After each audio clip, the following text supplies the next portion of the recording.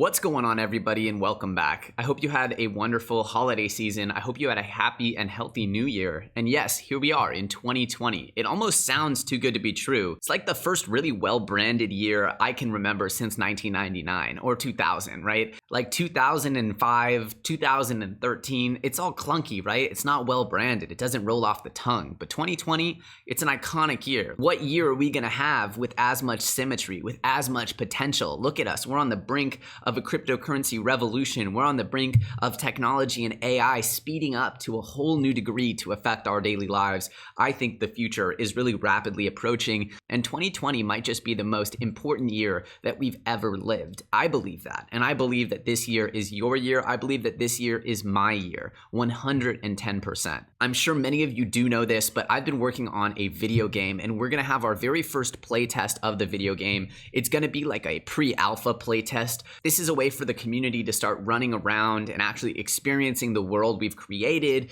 to understand the graphic style, the play style of the game that we've created. It's very early days. The ultimate open beta launch will happen tentatively in March, but we're going to have this first playtest now so we can start taking in feedback from the community. It's not going to be the ultimate game mode that you're testing if you do want to test it. It's going to be more like a zombie defense mode. The ultimate game mode will be a multiplayer competitive arena mode. So it'll be you versus other people online, and it'll be a lot more fun, a lot more sticky, a lot more rapid. But this will be great. You'll get a chance to run around, kill some bad guys, and really start experiencing that feeling that we're trying to give you within Pizza Heroes. So I think it's a very important date. And of course, we're going to be selling some really cool NFTs to celebrate this playtest, this first playtest. And anyone who gets their hands on these early NFTs, there's not going to be very many of them. We're keeping a very limited supply, and we're expecting them to sell out very, very, very quickly. So if you do want to get your hands on some of these early NFTs, they will come with extremely high levels of rarity. They will come with high levels of clout. So these NFTs are really going to be celebrated. We really want these early NFTs to be things that the owners feel very proud of, and that, you know, as our ecosystem grows, as the game community grows, these are things that everyone will look to and say, whoa, that's actually pretty cool. I can't believe you have that actual item. I can't believe you have that badge, and so on. 2 weeks from today, I will be making more announcements on how you can get your hands on and actually play test this particular version of our game, as well as if you want to participate and get some of those NFTs and claim some of the clout for yourself, I will give you that information as well. But I will warn you, there's going to be a very short supply, and we expect to sell out of these initial NFT packages extremely, extremely quickly. Now, as we dive in and sink our teeth into 2020, we must begin where all crypto news begins and ends. And that is, of course, China.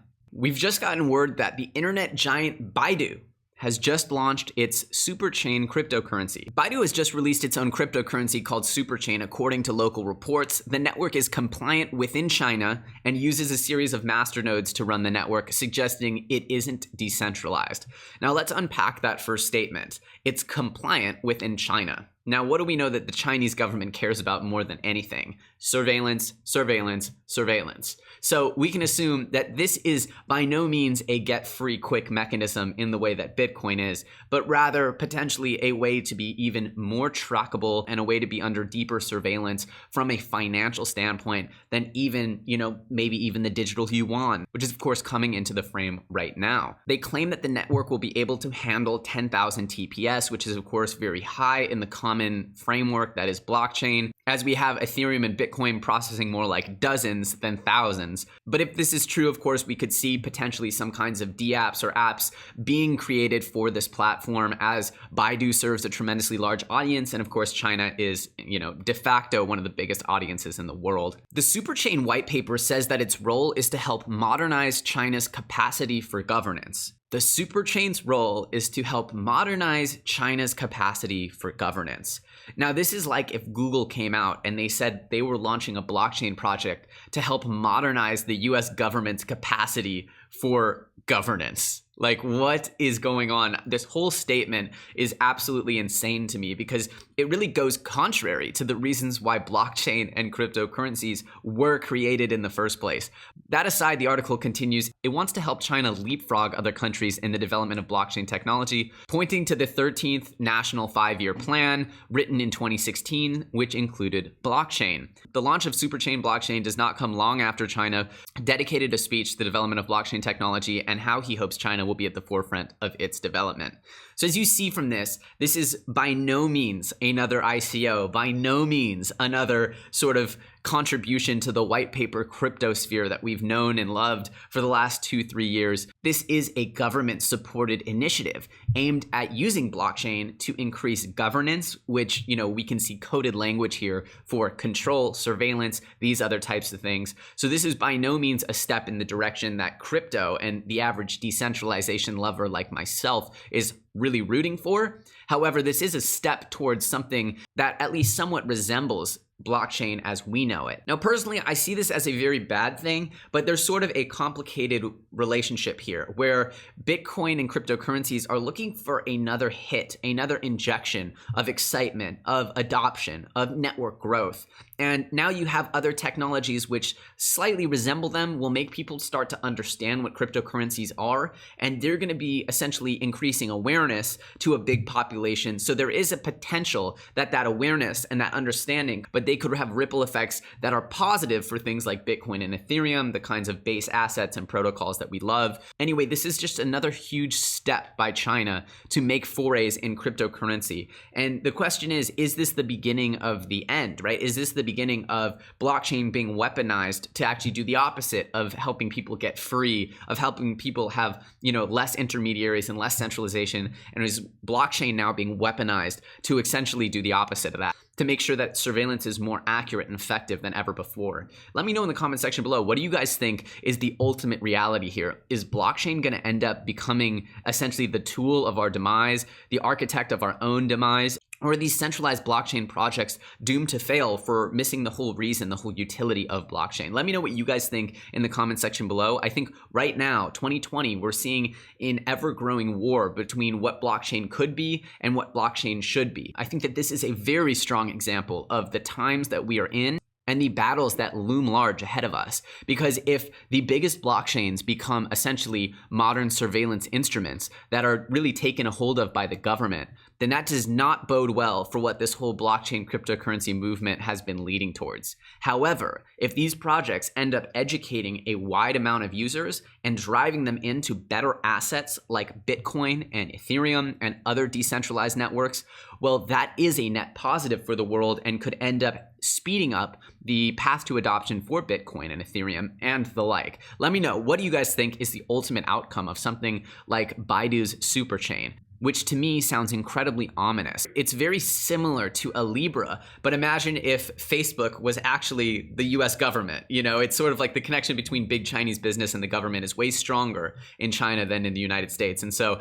I think that kind of connection, it would be like if the Libra cryptocurrency was actually being put forth by, the White House. It's very, very, very different. I don't know. Let me know what you guys think. There's a lot to unpack here. We also have this article, a blog article published by Telegram, where essentially they are saying their Gram token doesn't exist yet. Grams don't exist yet. So anyone saying that you can buy or sell grams is scamming you. They also are saying, hey, we're decentralized. Don't believe what anybody says. We're super decentralized. They're claiming that they will have no control over the Telegram open network, their blockchain. And most importantly, most critically, because of course they're engaged in an ongoing battle with the SEC over the legitimacy and the securities classification that is the TON, or the gram of the ton network.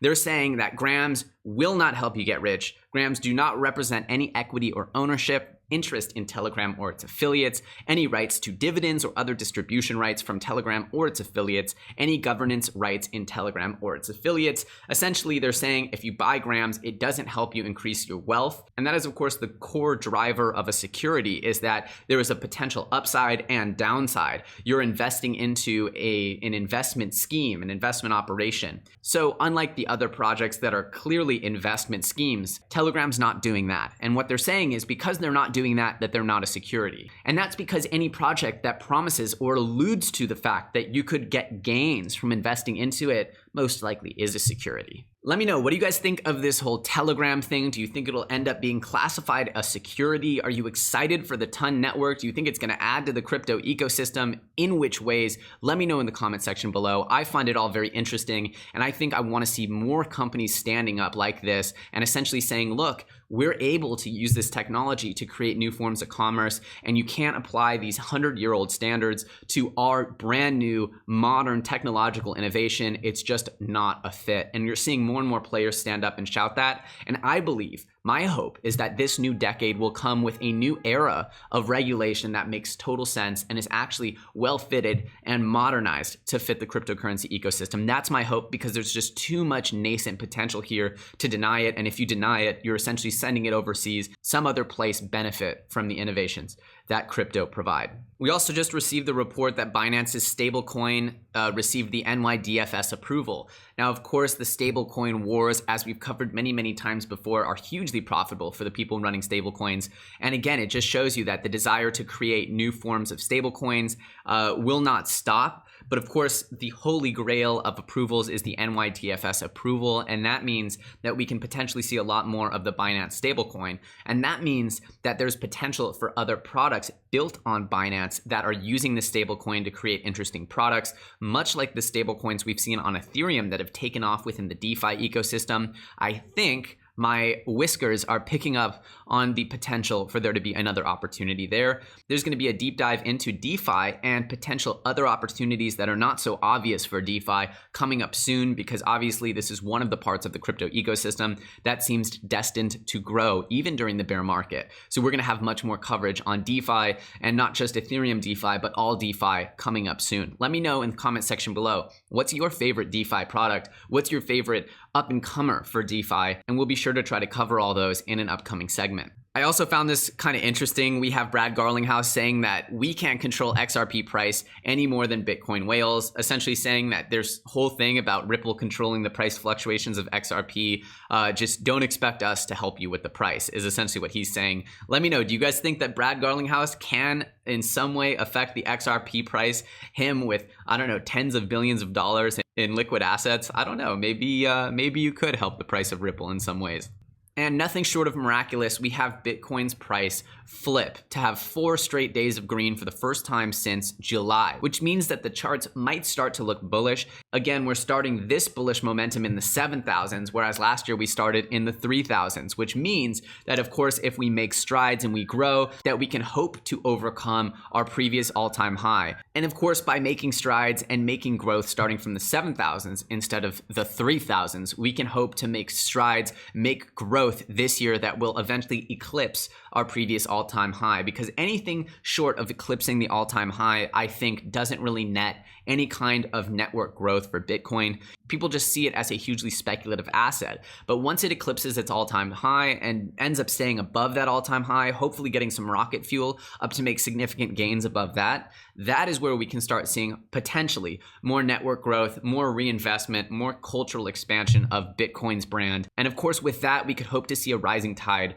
for all cryptocurrencies. We also saw a really interesting use of blockchain here. We have Juventus, which of course is where Cristiano Ronaldo plays. If you follow soccer, you'll know that.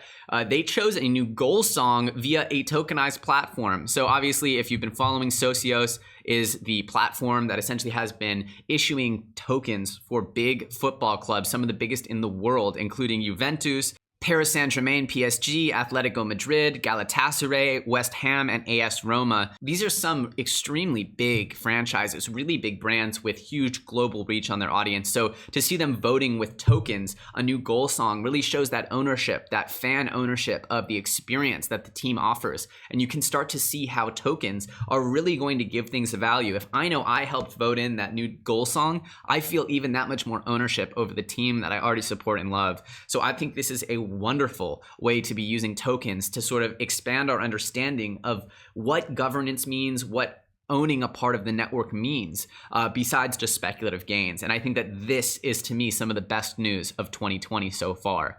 Well, that's it for me. Happy New Year. I hope you guys are having a happy and healthy 2020. There is so much excitement and so much going on under the hood here in crypto land. If you're here right now, my firm belief is that you will be benefiting from one of the most amazing and transformative bull runs of any asset class in history. Exactly when and where it kicks off, we're not sure. But if you're here in January of 2020, you're most likely someone who has been here for at least 2 years. And that means that you have really put in the time. You've put in the work. You've done what's needed to be done in order to truly prepare yourself for the next phase. I hope that this episode finds you well. I thank you guys so much for watching. As usual, my name's Elio Trades. You're watching FUD TV, and I'll see you very soon on the next episode.